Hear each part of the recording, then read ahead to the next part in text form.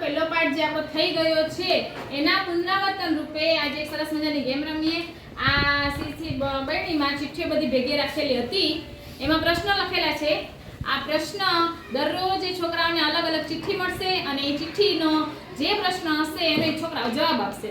તો આજે તમને વિડીયો દ્વારા બતાવ 8મા ધોરણના છોકરાઓ પહેલા પાઠનું પુનરાવર્તન કરે છે, જોઈએ.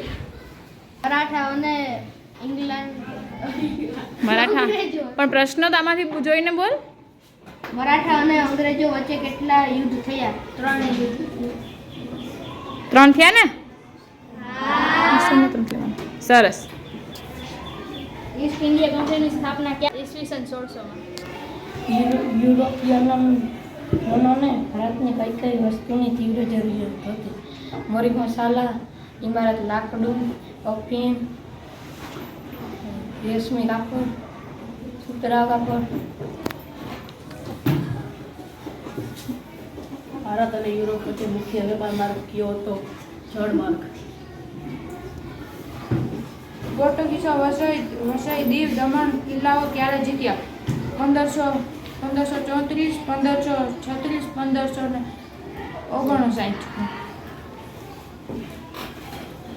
બોલ. ચોથું મૈસૂર વિગ્રહ ક્યારે અને કોની વચ્ચે થયો તેનું સંકલન આપો. ચોથું મૈસૂર વિગ્રહનું યુદ્ધ અંગ્રેજો અને ટીપુ સુલતાન સાથે થયું અને તેનું પરિણામ ટીપુ સુલતાનનું મૃત્યુ થયું. ભારતમાં આવવાનો નવો જળમાર્ગ શોધવાનો પ્રયત્ન કયા દેશે કર્યો? પોર્ટુગલ. પ્લાસીનું યુદ્ધ કોની વચ્ચે થયું? સિરાજ ઉદ્દૌલા અને અંગ્રેજો વચ્ચે થયું હતું. પોર્ટુગીઝોએ વસાઈ દીવ દમણ કિલ્લાઓ ક્યારે જીત્યા? 1534, 1535 અને 1559.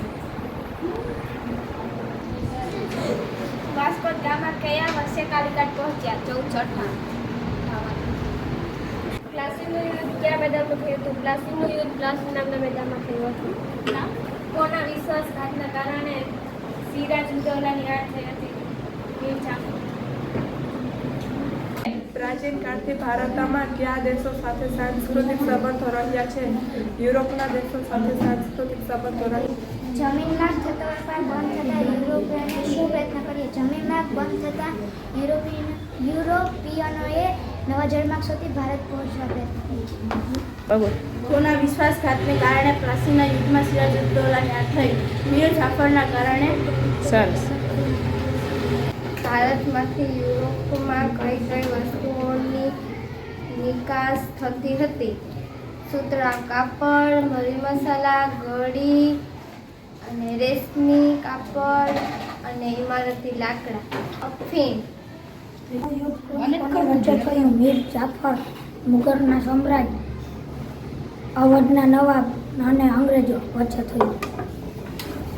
પ્લાસીનું યુદ્ધ કયા મેદાનમાં થયું? પ્લાસીનું યુદ્ધ પ્લાસી નામના મેદાનમાં થયું.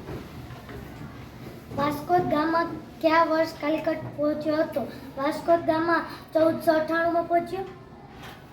અંગ્રેજોને કયા 3 ગામોની જમીનદારી મળી હતી? અંગ્રેજોને સુતનતી, કાલીઘાટ અને ગોવિંદપુરની જમીનદારી મળી હતી. પ્રથમ મૈસૂર વિગ્રહ ક્યારે અને કોની વચ્ચે થયો હતો તેનું શું પરિણામ? પ્રથમ મૈસૂર વિગ્રહ હૈદર અલી અને અંગ્રેજો વચ્ચે થયું હતું. તે 1664 ને 1659 થયું હતું અને તેમાં કોઈ નિર્ણય આવ્યો ન હતો. અંગ્રેજોએ બંગાળમાં સૌપ્રથમ કોઠી ક્યારે સ્થાપી? ઈસવીસન 1651માં સ્થાપી. હોલેન્ડના ડચ લોકોએ ક્યાં આક્રમણો કર્યા? હોલેન્ડના ડચ લોકોએ શ્રીલંકા પર આક્રમણો કર્યા. પ્લાસીનું યુદ્ધ કોની વચ્ચે થયું? પ્લાસીનું યુદ્ધ સિરાજ ઉદ્દૌલા અને અંગ્રેજો વચ્ચે થયું. ફ્રેન્ચ ઈસ્ટ ઇન્ડિયાની કંપનીની સ્થાપના ક્યારે થઈ? ઈસવીસન 1664માં થઈ હતી. સરસ. તો આ બધા વિદ્યાર્થીઓએ ચિઠ્ઠીના પ્રશ્ન જાતે વાંચી જવાબ આપ્યા. હવે કાલે ફરીથી આજ સોમવારે ફરીથી આમાં જે ચિઠ્ઠી બાકી છે હવે બધાય ચિઠ્ઠી આમાં નાખી દેશો. પછી સોમવારે પાછી બીજી ચિઠ્ઠી આવશે ને એમાં પાછા બીજા પ્રશ્ન આવશે ને એમાં પાછા બીજા જવાબ બોલશો. તામ પાઠ પહેલા પાઠના ટોટલ 45 પ્રશ્ન છે એ પાકા કરી શકીએ છીએ.